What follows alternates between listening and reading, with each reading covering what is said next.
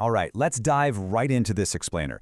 Today, we're unpacking a really devastating real-world cybercrime that took place in Tola Village, and we're doing this to understand exactly how these digital scams actually operate on the ground. You know, we so often think of cybercrime as something that only happens to, like, massive corporations. We picture complex lines of code and elite hackers sitting in dark rooms, but the reality? It's often way simpler, and honestly, a lot more personal. By looking at this specific incident today, we're going to map out the anatomy of a scam, step by step, so you can hopefully spot the warning signs before they hit your own life. 80,000 rupees. Now, I want you to really think about that for a second. This isn't just some digit on a spreadsheet or a minor accounting error. For a hardworking farmer named Ramesh, 80,000 rupees was literally his entire livelihood. This was the seed money for his next season of crops, and even more importantly, it was the savings meant to pay for his son Vikas's entire college tuition. It's absolutely crucial we recognize this right up front because it establishes the brutal emotional reality of what we're talking about today. Behind every single data point in cybercrime, there is a real, devastating human cost. So just imagine the sheer panic here. Picture Ramesh sitting at home with his family, completely confident that his money is safe and sound in the bank. Then suddenly, his phone buzzes. It's a text message in English, a language he doesn't fully understand. His son Vikas takes a look, translates it, and realizes that 80,000 rupees has just been debited from their account.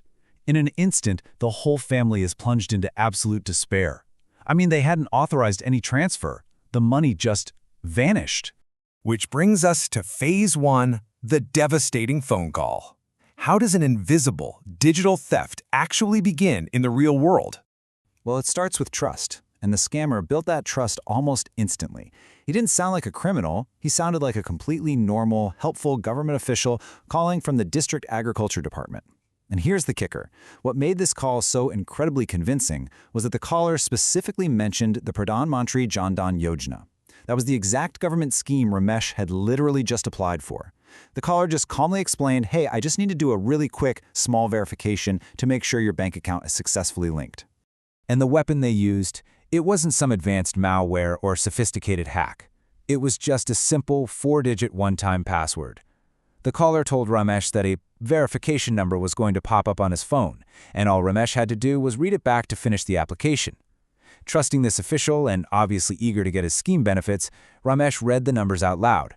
And in that one brief moment, without even realizing it, he literally handed over the keys to his digital vault. Okay, phase two, anatomy of the scam.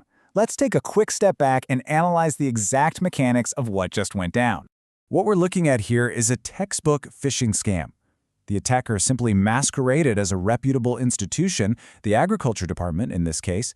They brilliantly exploited Ramesh's inherent trust in government programs to trick him into handing over his personal data. It's entirely a psychological manipulation trick. It's designed to completely bypass all those fancy technical security measures your bank has simply by making the human being the weakest link. The scammer ran a flawless, sequential playbook. Step 1, gather local intel so you know exactly what your victim is up to. Step 2, exploit a known government scheme to instantly establish that authority and trust. Step 3, create a sense of urgency by framing it as a final verification step that has to happen right now. And finally, Step 4, easily extract the OTP. When you see the playbook laid out like this, the manipulation is almost scary clear, isn't it? Moving on to phase three, connecting the dots. So back to our story. Ramesh's son Vikas absolutely refuses to just take this lying down. He teams up with the local police and starts investigating. But when they check with the cyber cell, they get hit with some terrible news. The digital money trail has already been scattered across multiple dead-end accounts. Some of them were even registered to people who had already passed away. So you have to ask yourself, if the digital trail is totally cold, how on earth do you catch a ghost? Well, Vikas decides to take matters into his own hands. While he's at the bank, he actually overhears another farmer, Rave, crying because he just lost 60,000 rupees to a surprisingly similar crop insurance phone call. That's when Vikas realizes his father wasn't just some isolated random target. At this point, Vikas basically builds his own detective board. He tracks down 5 or 6 other victims from the village who all got scammed the exact same way. He maps out their details, desperately looking for a link. Okay, yes, they were all scheme applicants. Yes, they were mostly older and less educated. But then, boom, he finds one single devastating common denominator. Every single victim had casually chatted about their scheme application while visiting Madhav's local phone recharge shop. Phase 4. Catching the scammer. Vikas finally realizes the data leak is coming from inside the village. He uses this brilliant bit of logic. If you keep the sweet outside, the ants will surely come. Vikas decides to set a proactive trap. He figures out that if the mastermind hunting for targets is Madhav, the seemingly friendly phone guy everyone knows, they just need to offer him some bait.